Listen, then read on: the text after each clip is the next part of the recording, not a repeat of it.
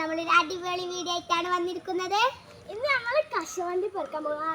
അപ്പൊ നമുക്ക് നേരെ വീഡിയോയിലോട്ട് പോകാം.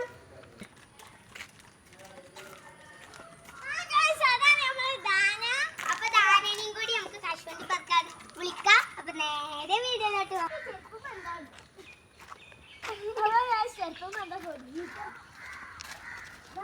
അപ്പൊ ഗായ്സ് ഇതാ നമ്മളെ കശുവണ്ടി സ്പോട്ട്. കുറച്ച് പേടിക്കാവും കേട്ടോ.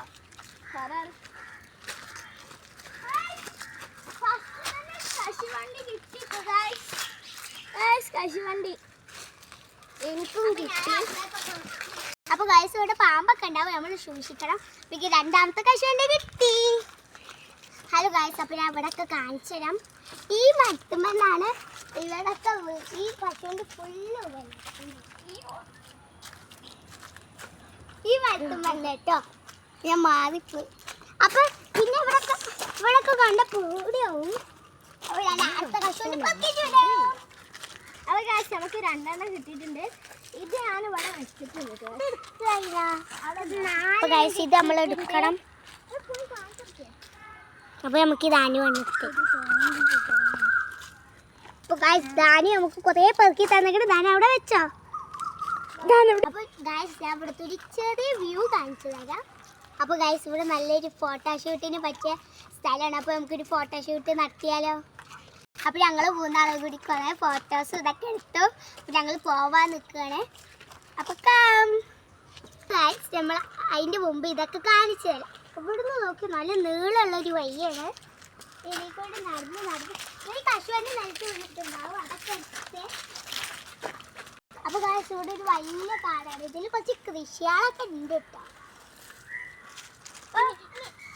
ഇതൊരു വലിയ സ്ഥലമാണ്. അപ്പൊ ഗായ്സ് ഇവിടെ ഒരു പൈനാപ്പിൾ കൃഷി ഞാൻ കാണിച്ചു തരാം.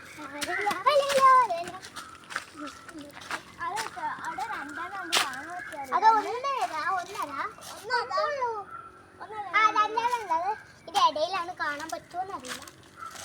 അപ്പൊ ഇതിലേ ഒരു സീക്രട്ട് വഴിയുണ്ട്.